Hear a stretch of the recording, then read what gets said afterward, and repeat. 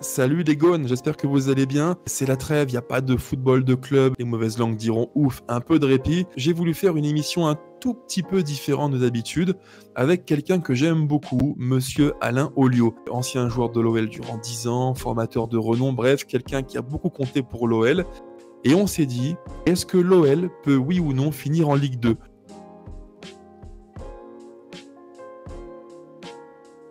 Et pour ne rien cacher aux gens qui nous écoutent, Alain, on s'est appelé il y a maintenant, je crois, 3 semaines, 3 semaines, je crois, ça passe vite. Et on a eu un échange un peu tardif, un peu nocturne, mais un échange passionnant qui a duré plusieurs heures. Et on a pu parler de l'OL, de maintenant, d'avant, de ton époque. Et puis, au fil de la discussion, on a remarqué une chose, c'est qu'entre l'OL de ton époque, qui a vécu malheureusement la descente en Ligue 2, et l'OL de maintenant, eh ben, il y a plein de points communs. Alors Alain, on est courant années 80, et à l'époque, comme je l'ai dit, l'OL connaît une situation un petit peu tendue sur le plan économique, pas mal de difficultés, notamment sur le plan budgétaire. Il y a une valse des présidents qui se succèdent. Roger Michaud, on a eu Jean Perrot, Raymond Ravet, Charles Miguirian, et tous vont se succéder en l'espace de quelques années. Alors dis-moi Alain, 40 ans plus tard, est-ce que l'OL Made in John Textor te rappelle un petit peu ce cas de figure d'un club qui ne va pas bien et qui voit l'horizon Ligue 2 se profiler à vitesse grand V?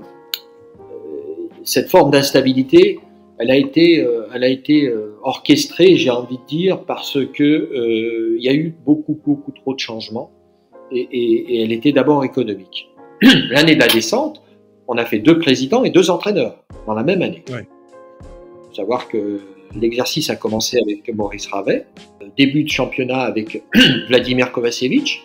Le fait d'avoir des joueurs nouveaux, le fait d'avoir changé de président, le fait d'avoir changé d'entraîneur, eh ben, ça ressemble malheureusement à ce qui se passe un peu aujourd'hui, à l'heure actuelle. Ça ressemble beaucoup. Je ne souhaite pas que ce soit la même issue. Ça fait beaucoup de choses qui sont en similitude et ça, c'est un peu gênant. Donc saison 81-82, Alain, l'OL compte de belles arrivées, tu l'as évoqué, Albert Raymond, Geraldo Giannetta, Jean-Louis Devigne, Bernard Boissier, Slobodan Topalovic, le gardien mythique de l'OL. Bref, de belles arrivées qui vont, en théorie, renforcer le club. En novembre 81, Vladimir Kovacevic devient l'entraîneur. Il remplace Jean-Pierre Destrumel. Donc déjà à l'époque, étrange coïncidence, changement de coach très tôt dans la saison. Et ça rappelle un peu ce qu'on a vécu nous maintenant avec Laurent Blanc qui est débarqué pour Grosso qui arrive. Le 11 mai 82, le président Raymond Ravet remplace Jean Perrot à la présidence de l'OL. Tiens, encore une fois, un parallèle avec ce qu'on vit maintenant, puisque le président historique Jean-Michel Aulas a été éconduit par Textor et qui a pris les pouvoirs au sein de l'OL depuis plus de 7 mois.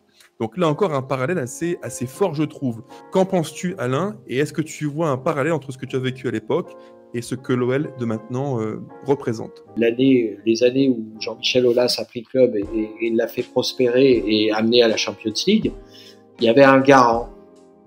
On ne l'avait pas, nous, à cette époque, ce garant de l'équipe et de l'institution. Le garant, c'est Bernard. Bernard Lacombe, bien sûr. Bien sûr, c'est Bernard. Bernard, il ne faut pas oublier une chose, c'est que tant qu'il était là, le club a grimpé. Il a été entraîneur de l'équipe, ensuite il y a eu Rémi, il y a eu Bruno, il y a eu des gens, je parle du club, il y en a eu d'autres, mais je te parle du club, des gens du club, qui ont fait avancer le club avec l'identité du club. Alors certes, on va dire, lui, il nous emmerde parce que sans année, il nous parle d'identité du club et on parle que de ça. Mais c'est ça la vérité. Tu peux pas avoir un club qui marche s'il n'y a pas une identité quelque part. Et moi, je crois que Lyon ne peut marcher que s'il y a une identité.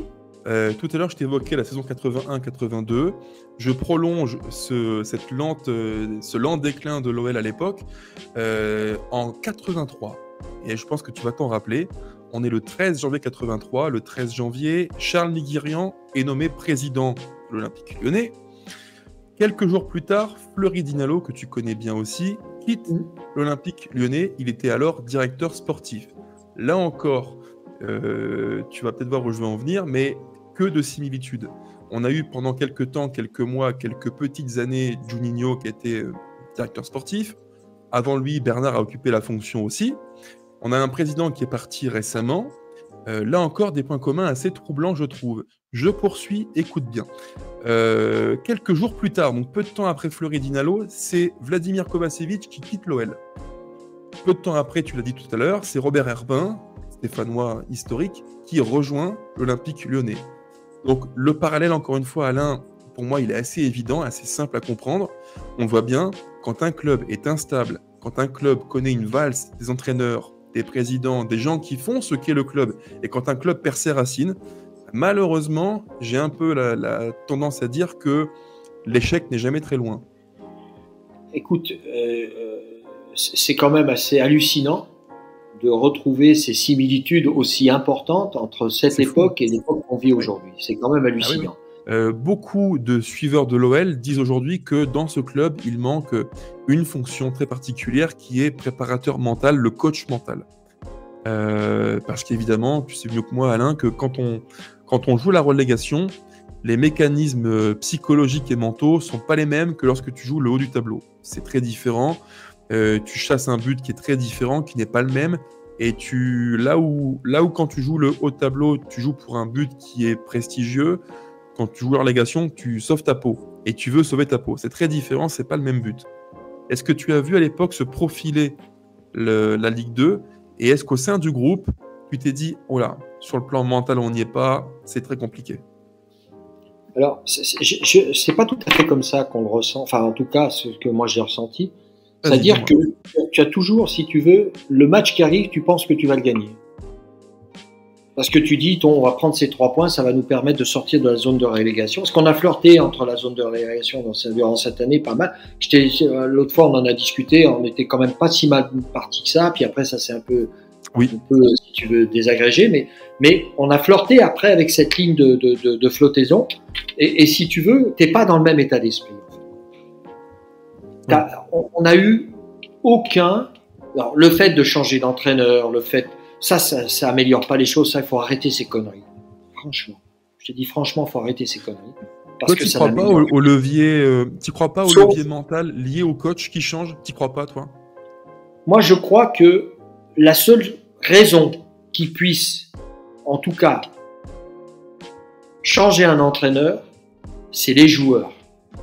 Quand on change Kovačević, j'en suis sûr que 90% ou 80% de l'équipe ne souhaitait pas le changer. Est-ce que pour toi, un coach qui fait des choix aussi forts, aussi tranchés et parfois des choix tactiques très différents d'un week-end à l'autre, est-ce que ça peut fonctionner? Est-ce que c'est un chemin qui est viable? Après qu'il prenne ses responsabilités, j'y vois pas d'inconvénient, c'est son rôle. D'accord? De prendre des décisions, c'est son rôle. Après, on peut toujours discuter sur ses choix. Il a gagné sans Alexandre. D'accord? Oui, non, mais il y a des circonstances, on est d'accord.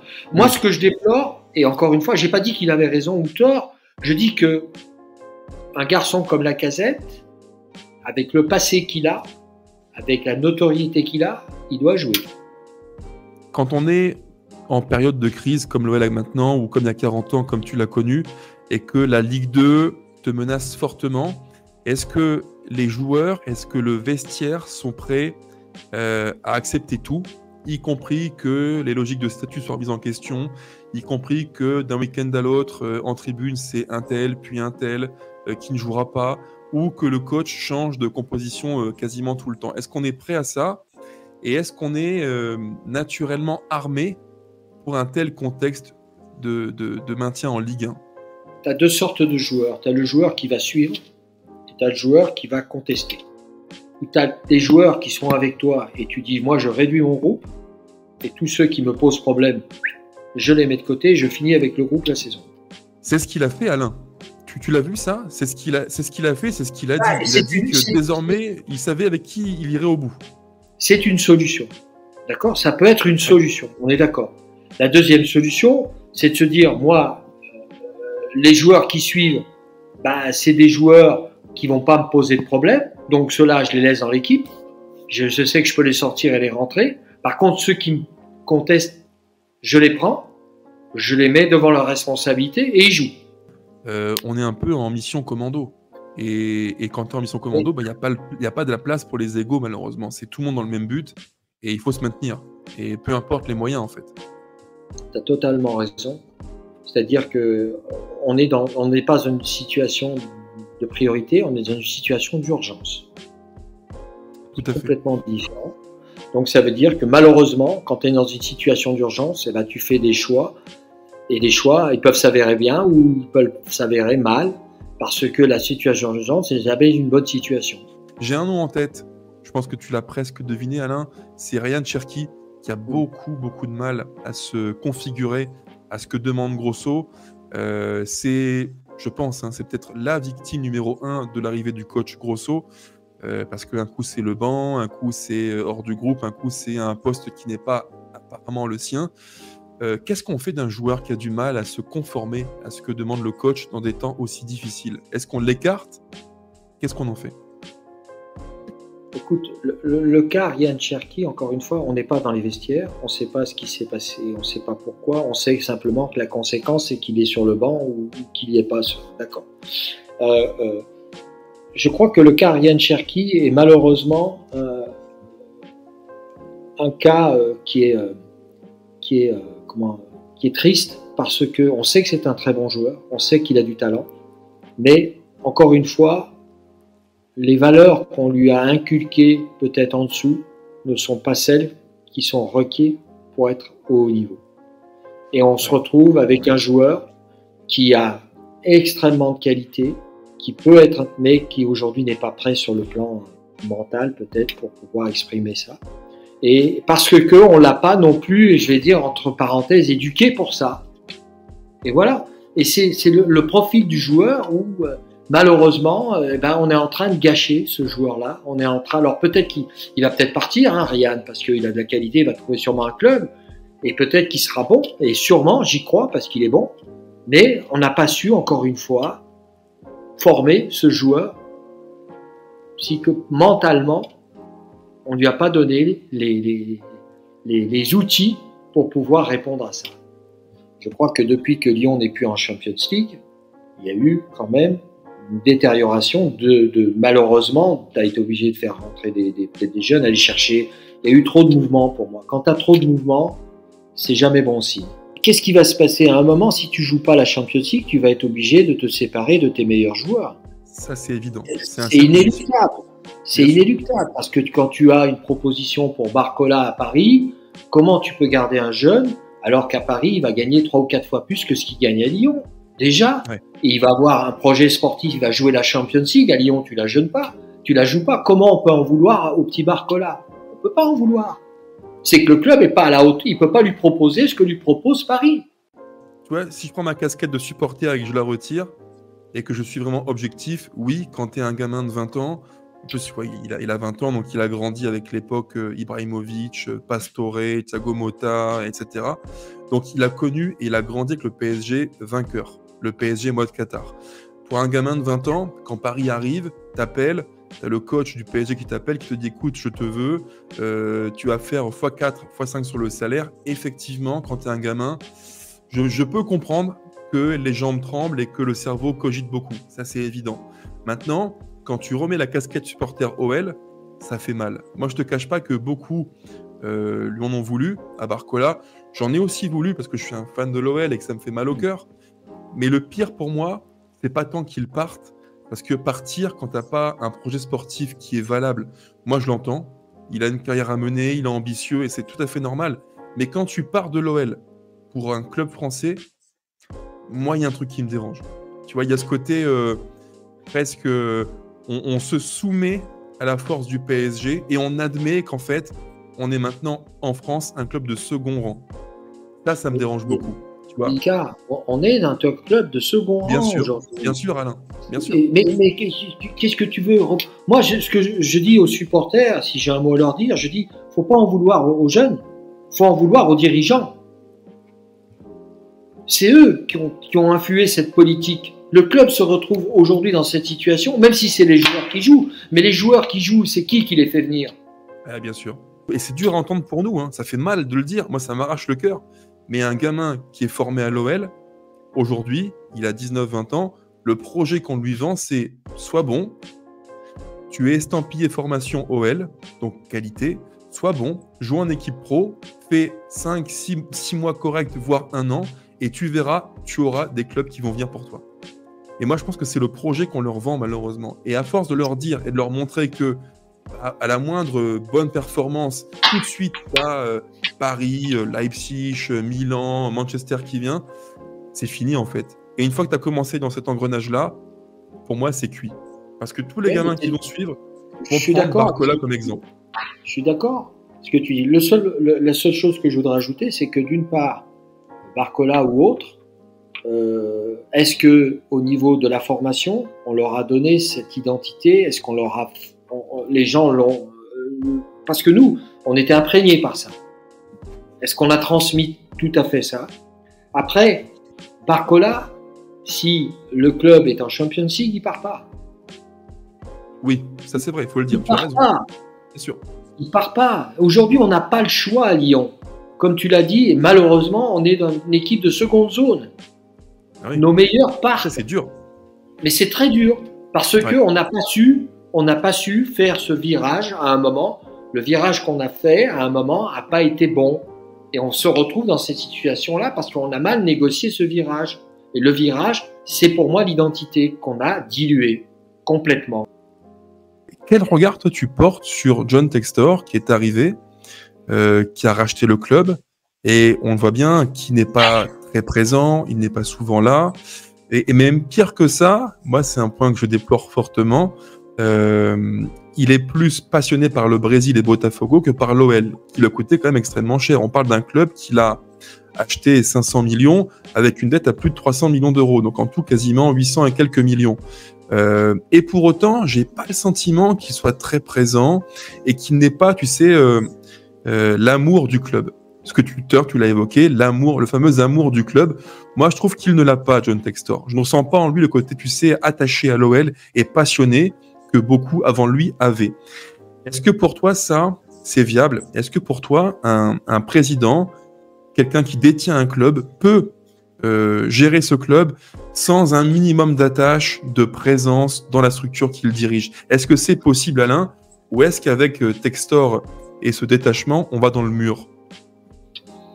Comme il le gère aujourd'hui, c'est pas la bonne méthode, puisqu'on voit ce qui se passe. Ça, on peut le constater. Tout le monde. Après, comme je l'ai dit tout à l'heure, peut-être mettre quelqu'un au niveau du club qui soit représentatif de la direction et qui, lui, soit vraiment quelqu'un du cru et qui permette justement le club de s'appuyer sur cette personne, comme l'était Bernard, comme voilà, des gens qui soient vraiment qu'on est. Mais aujourd'hui, il fait venir des personnes qui sont complètement étrangers au club. Est-ce que l'OL est incarné sportivement? Est-ce que quelqu'un aujourd'hui porte le projet et l'étendard olympique lyonnais? Non, non, c'est ce que je viens de te dire. Si je te dis ça, c'est parce que je pense qu'il n'y en a pas aujourd'hui. Il y a des joueurs qui pourraient, mais ça ne suffit pas. Il faut que ça soit à tous les niveaux. Ce n'est pas uniquement au niveau des joueurs. Il faut que ça soit au niveau de la direction. Il faut que ça... Jean-Michel Aulas, qui pour moi a monté le club où il est aujourd'hui, il incarnait ça. Aujourd'hui, Monsieur Textor, je ne suis pas sûr qu'il incarne cette identité du club. D'un point de vue extérieur, tu crois à cette politique, tu sais, multiclubiste d'un propriétaire qui détient un club brésilien, un club anglais, un club belge et un club français? Est-ce que toi, tu y crois?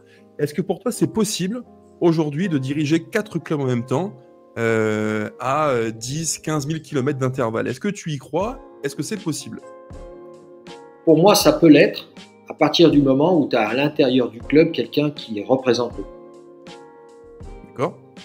Et qui soit délégué par ce président qui possède plusieurs clubs. Je trouve pas ça, si tu veux, incompatible, mais qu'à l'intérieur du club, il y ait quelqu'un qui représente l'identité du club et qui soit à la tête du club.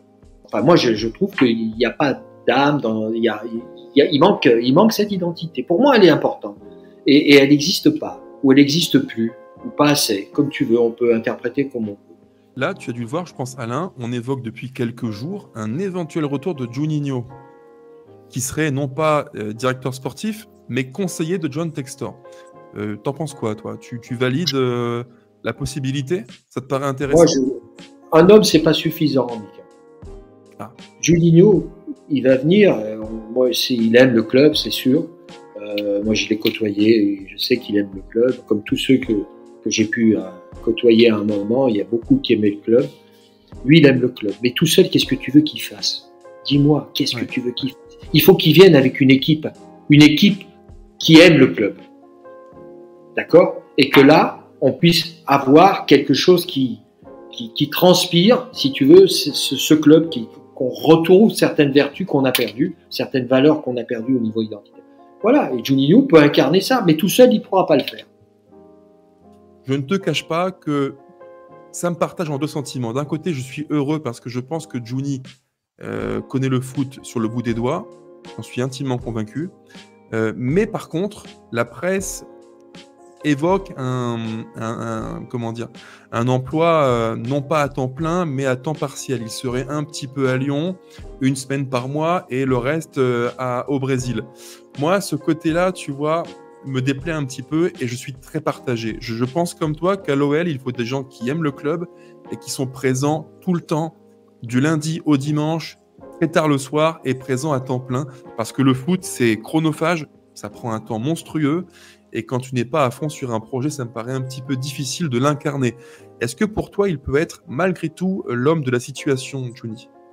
Alors, je le répète encore une fois, ne sois pas submergé par tes émotions de supporter de Juninho. C'est vrai, c'est mon grand défaut, Alain, je te le cache pas. Non, c'est pas un défaut, c'est comme ça, il n'y a pas de défaut, oui. Je trouve que c'est on se contrôle pas malheureusement. Mais Juninho, sur sa notoriété, sur l'amour du club, je pense que on n'a pas de souci avec ça. La seule chose, c'est est-ce que lui, d'abord, est-ce qu'il a envie de faire ça? Est-ce qu'il s'en sent capable? Est-ce qu'il s'en sent capable? Oui. Mais comme tu l'as dit tout à l'heure, si c'est pour être un conseiller, pour moi, c'est peine perdue. Pour quelle raison? Parce qu'il faut qu'il soit présent au club. Tu l'as dit toi-même. D'accord, on se rejoint. Je pense comme toi. C'est-à-dire qu'il soit permanent au club et que là, il mette son équipe en place. Et comme on le suppose, il aime le club, il va choisir les gens qu'il doit choisir pour incarner ça. Mais si tu le fais aller à Botafogo ou aller au Brésil, ça sert à rien. C'est comme si ça va rien donner. Et on va le critiquer alors qu'on lui donne un poste qui est peut-être pas forcément ce qu'il aurait dû avoir. En analysant une situation, encore une fois, je ne suis pas à l'intérieur et je dis, moi, en étant un œil extérieur, comme beaucoup d'ailleurs, parce qu'on a beaucoup un œil extérieur, on l'a pas aidé. D'accord. Là, je te rejoins. Et tu vois, je reprends ce que tu as dit juste avant. Surtout à l'époque, quand il est arrivé, donc en 2019, dans mon souvenir, rappelle-toi, il vient avec un coach dans ses bagages qui est Silvinho. Bon, on connaît l'histoire, je ne vais pas la refaire. Ça se passe pas très bien, les matchs sont pas terribles, et Silvinho est très vite débarqué de l'OL. Et dès lors qu'il y a eu l'échec Silvinho, on l'a tous, en tout cas moi je l'ai vécu comme ça, on s'est tous dit, aïe, malheureusement, il est en train de payer l'échec Silvinho, et le président Aulas lui met un cadre plus rigide, avec au-dessus de lui Vincent Ponceau et Gérard Rouillet, qui est extrêmement influent à l'époque. Et je te rejoins, on ne lui a pas, malheureusement, je trouve, donné toutes les chances de réussir. Il a eu des pouvoirs, c'est vrai, mais on lui a très vite repris. Et moi, tu vois, j'ai pas envie de ça.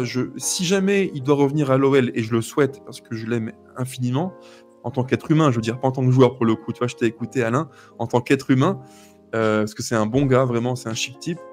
Si jamais il revient, j'espère qu'il aura, tu vois, les coups des franches, mais pas à temps partiel, à temps plein. Donc, s'il nous écoute, Juni, reviens à l'OL, mais reviens à temps plein. Et pas un jour sur deux à Lyon ou une semaine sur 4. Ça, pour moi, c'est pas viable. Il faut quelqu'un qui incarne totalement le club. Et je pense, comme toi, qu'il peut l'être. Ce que tu dis, Mika, encore une fois, c'est Juni qui a la décision. Évidemment. C'est personne d'autre. Personne va lui mettre la corde au cou pour dire tu vas faire un mi-temps. Si lui te dit moi je veux pas faire un mi-temps, si je m'engage, c'est totalement à l'Olympique Lyonnais et je suis permanent là-bas, c'est différent. Mais s'il accepte ça, qu'est-ce que tu veux dire? Rien. Bien sûr. Rien dire. On est bien d'accord. Et tout à l'heure, on se le disait en off, Alain, dans un club, il y a des joueurs, c'est vrai, il y a des dirigeants, c'est vrai, mais il y a d'autres gens auxquels on ne pense pas forcément, c'est les secrétaires, l'administratif, ceux qui font la sécurité, qui font le ménage, l'entretien. Tous ces gens-là, on ne parle pas d'eux. Mais malheureusement, si un jour on finit en Ligue 2, c'est à eux qu'il faudra penser en premier. Tous ces gens qui font le club de l'intérieur, qui travaillent par l'activité football et qui ont besoin que les joueurs se bougent et donnent tout pour maintenir le club en Ligue 1. Moi, c'est souvent à eux que je pense, qu'on les oublie beaucoup, mais l'OL, c'est dans mon souvenir quelques 500 ou 600 emplois, et sur les 5 à 600 emplois, si un jour, malheureusement, on tombe en Ligue 2, il y en a bien la moitié qui disparaîtra. Et je pense qu'il faut à tout prix éviter ce drame humain qui serait terrible et qui je pense, bousculerait toute une région, malheureusement. Donc évitons ça et tirons dans le même sens. Je te remercie une nouvelle fois, une énième fois, parce que à ceux qui nous écoutent, je tiens à le dire, Alain, on se côtoie au téléphone de temps en temps, et Alain n'hésite jamais à donner beaucoup de lui pour parler de foot, pour parler Olympique Lyonnais, et il le fait toujours gentiment, modestement, humblement, et avec une passion que je trouve juste extraordinaire. Et rien que pour ça, merci beaucoup, parce que c'est pour moi une chance de pouvoir te parler et d'échanger. J'y tiens beaucoup, je sais que Flo et Matt y tiennent beaucoup aussi, qui sont dans cette équipe que l'on a formée. C'est extrêmement important pour nous de faire vivre la culture OL, et la culture OL, c'est qui? C'est toi, Alain, c'est vous, tous ceux qui ont fait le club et qui sont le patrimoine et l'héritage auquel je tiens tant, l'héritage lyonnais. Merci beaucoup, Alain, et à bientôt. Merci à toi, c'est vraiment un grand plaisir d'avoir pu échanger, mais écoute, moi je suis toujours disponible quand on parle de mon club et de notre club, j'ai envie de dire, puisque c'est le tien également. Et je crois que tant qu'on aura des gens qui aiment le club, on aura un club qui sera digne de ce qu'on mérite. Aujourd'hui, on n'est pas dans des meilleures situations, on est bien d'accord, mais je suis sûr que ça va s'arranger et je suis sûr qu'il faut... En tout cas, une chose est sûre, c'est que moi je soutiendrai toujours l'Olympique Lyonnais parce que c'est mon club, c'est notre club, et je crois que on est né, et je disais à certains de mes amis, moi je suis peint en bleu et rouge parce que c'est mon club, et je crois que ça restera jusqu'à que je disparaisse.